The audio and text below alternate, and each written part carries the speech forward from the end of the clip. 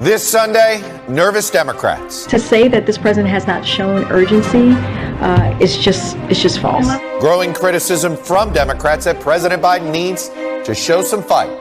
From abortion. We want the president to absolutely crawl into every corner and say, what can we do to help? To guns. If you're angry today, I'm here to tell you, be angry.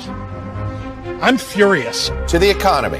Mr. Biden says his options are limited, and Republicans are standing in the way. That's why my plan is not finished, and why the results aren't finished either.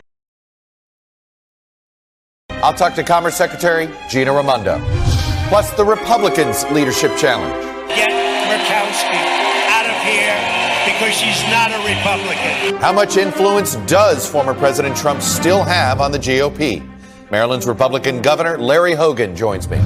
Also, former White House counsel Pat Cipollone testifies before the January 6th committee after Cassidy Hutchinson's explosive appearance. Please make sure we don't go up to the Capitol. We're going to get charged with every crime imaginable if we make that movement happen.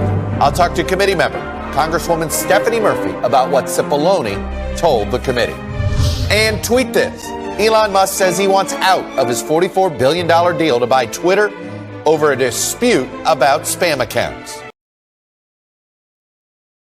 He's just reaching out for something to blame, but he has to pay. We'll hear from Kara Swisher, co-host of Vox Media's Pivot podcast. Joining me for Insight and Analysis are NBC News senior Washington correspondent Hallie Jackson, Mark Leibovich of The Atlantic, Daniela Gibbs-Leger of the Center for American Progress, and Rich Lowry, editor of National Review.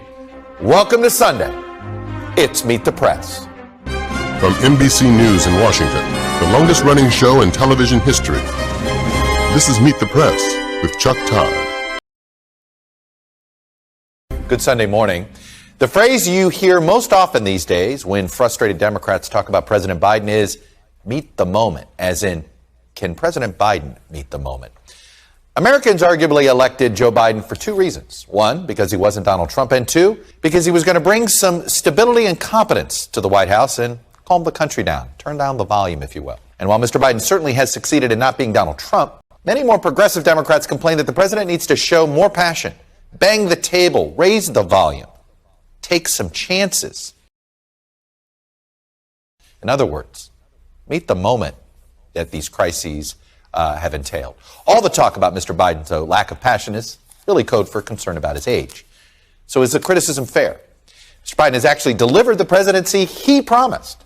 He's been the grown-up who plays by the rules. Some think plays by the rules too well. And he does try to work with Republicans when he can, though some think he shouldn't try so much. But the Democrats' progressive base has always wanted more, and Mr. Biden was never their first choice. So even if the criticism isn't fair, the sentiment is real. And potential Democratic White House hopefuls are quietly, and in some cases not so quietly, preparing to have their moment if the president doesn't meet his.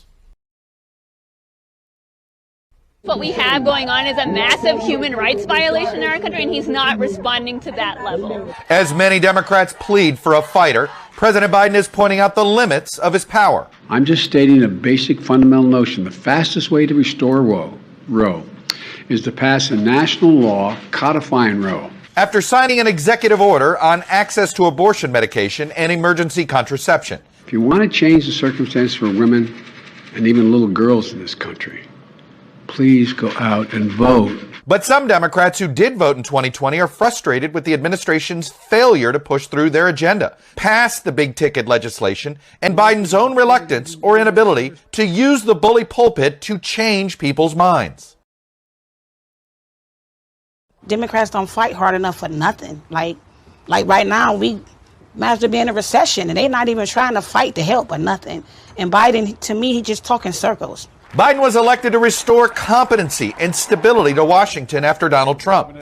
But his job approval trails other recent presidents, including Trump, at this point in the election cycle. After a lingering pandemic, the chaotic withdrawal from Afghanistan, failure to stem rising costs, failure to pass voting rights legislation, and a failure to substantially address climate change or immigration challenges. Has the Biden administration done a good job handling the border? They haven't done enough, no. Whispers that Biden's age and leadership style make him ill-suited to run again in 2024 have gone very public. If he served out a second term, he would be 86 years old. I'm not sure if any of us know of any 86-year-olds who should be running the entire country. You know, I'm not going to weigh in on whether or not he should run. If he does run, he'll have my support. Echoed by voters. Given what he was handed, he's really doing a very good job, but we do need younger voices. My understanding that part of the wager in 2020 was that he was only going to run once. And some Democrats eyeing 2024 are stepping into the vacuum. California Governor Gavin Newsom even aired TV ads over the July 4th weekend in Florida. I urge all of you living in Florida to join the fight, or join us in California, where we still believe in freedom. Illinois Governor J.B. Pritzker, who took a trip to New Hampshire last month, had a fire response to last week's mass shooting. If you're angry today, I'm here to tell you, be angry. I'm furious. Now Biden, who ran promising to be a transitional figure to a new generation, Look, I view myself as a bridge, not as anything else. is trying to tamp down speculation he may not be on the ballot in 2024, as voters who elected Biden to be above the fray worry he's not well suited for the current fight ahead. I think his energy matters. I want to see him out here fighting for these things. And if he is, then I'll support him.